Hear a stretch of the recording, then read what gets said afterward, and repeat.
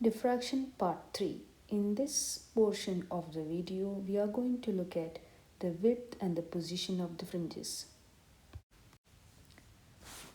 Now let's summarize some of the formulas in this slide. We have got position of the dark fringe or minima, which we can give by this formula. So ym is equal to myl over a. Now we need to know from where we got this formula. So for that we are going to go back to our previous formula, which was sine theta equal to m lambda over a, which was a condition for destructive interference or for the dark fringes. Now if we look at the diagram carefully, we can use our trigonometrical ratios for this triangle, and we can write the value for tan theta, which is opposite over adjacent, which is in this case y1 over L. This is our y1 and this is our L. So y1 over L.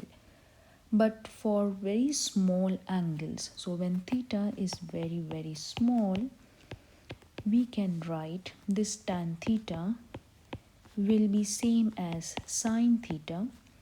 That means the value for sine theta will also be equal to y over L. In this case it is y1 over L because we are talking about the first dark fringe. Now let's substitute this into our equation, which is here. Sine theta equal to m lambda over a. So I'm going to write sine theta as y1 over L equal to lambda over a, because it is y1. We have got it for the first fringe. We've got it for the first fringe, and that's why m will be equal to 1. So we can get y1 over L equal to lambda over a, which we can rearrange and write as y1 equal to lambda L over a. Now that's for the first dark fringe. I can write it for any dark fringe by replacing 1 by m, and therefore in the formula on the right hand side I'll have m coming up. The second one is for the width of the central maxima or bright fringe. This is the width of the central maxima or central maximum, and that is twice of y1. So from here to here it's y1, and from here to here also it's y1. So the width of the central maximum is 2y1.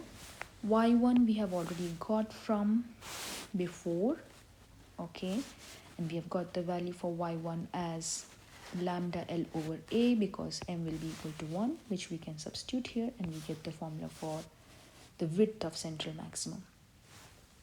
The width of any other bright fringe can be found using this formula, which is lambda L over a. How can we change the width of the central maximum? So we got this equation from our previous slide, where the width of the central maximum was given by 2 lambda L over a, which means that the width is directly proportional to lambda L over a. So let's consider some questions to answer. What would happen if red light is changed to blue light? So if we know the wavelength of the red light is higher and the wavelength of the blue light is lower, because W is directly proportional to lambda, so whatever we do to the lambda will happen to W. That means W for red light, the width of the central maximum for red light will be more, so it will be broader, and the width for the blue light, the central maximum, the width of the central maximum for the blue light would be lesser. That means it will be narrower. So what are the different ways of getting a narrow central fringe?